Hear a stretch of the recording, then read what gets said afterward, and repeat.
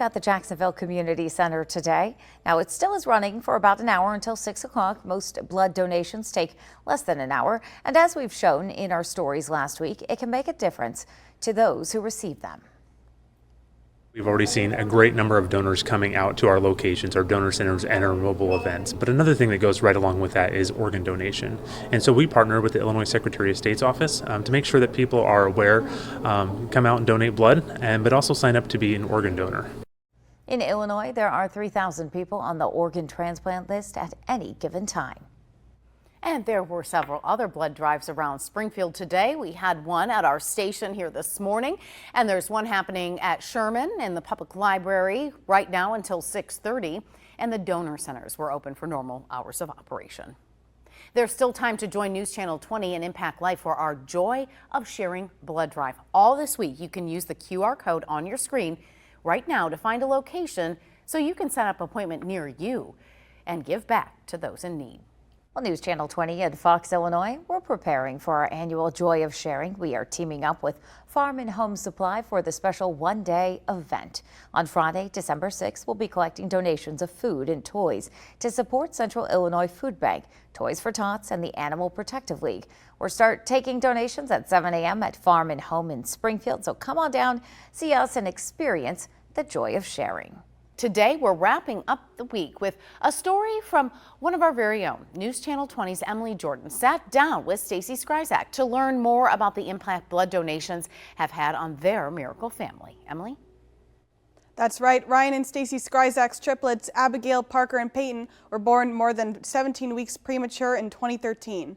Peyton was the only triplet to ever leave the NICU. The Skryzaks tell me that blood transfusions played a huge role in both Peyton and Stacey coming home.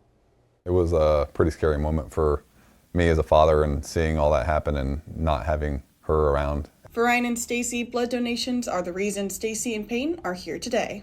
Life-saving. It's just amazing, a miracle to see what the difference that a simple blood donation. And, you know, it may just be our babies. They were very sick and they got just itty-bitty amounts, but you could see the energy and you could see their stats, their vitals perking up. The birth of their triplets should have been a happy event, but when Stacey went into labor at just 22 weeks, the Skryzaks were faced with a medical emergency. Stacey would have died without surgery and multiple blood transfusions, and both Peyton and Parker received transfusions after birth. Now Stacey says their new purpose is sharing their story and the importance of blood donations. Springfield's a really tight-knit community, I feel like, and that's one of the reasons we've stuck around here as long as we have, is we always felt at home here. Doing my part of what I can do to make sure everybody can be healthy. It's the most selfless thing you can do, and it doesn't cost $1.